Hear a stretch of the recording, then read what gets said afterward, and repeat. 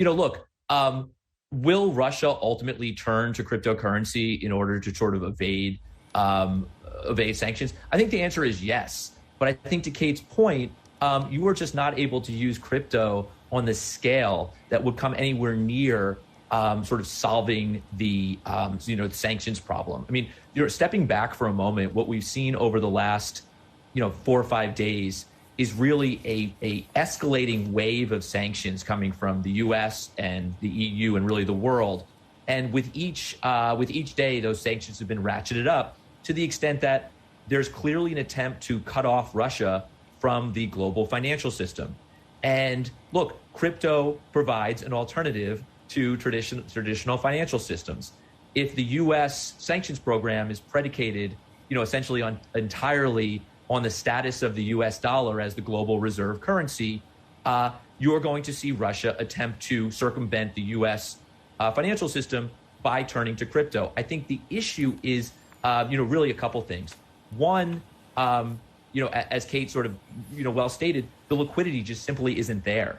For a country like Russia, which is very, very different from Iran or North Korea or some of the other sort of countries that have full-on sanctions or blocking programs, Russia needs a lot more, access to funds in order to sort of, replace what is being lost here in terms of sanctions, and also to fund what is becoming a more and more costly war. So is crypto an option? Absolutely. But it is not by any means sort of a drop in the bucket compared to what ultimately Russia is facing by way of sanctions. Eri, so in theory, how much can be transacted or moved via the crypto exchanges? Are we talking millions or billions? So we're talking potentially millions, right? And I think one thing that would maybe be helpful is to talk a little bit about what this will ultimately look like, or what it looks like. In order to transact in crypto, in order for Russia to try to evade sanctions, what you need essentially is on ramps to buy cryptocurrency, and you need off ramps to convert that cryptocurrency into sort of more usable traditional currencies, fiat currencies. Because in this day and age, you still cannot fund a war, you still cannot buy weapons, for the most part with cryptocurrency.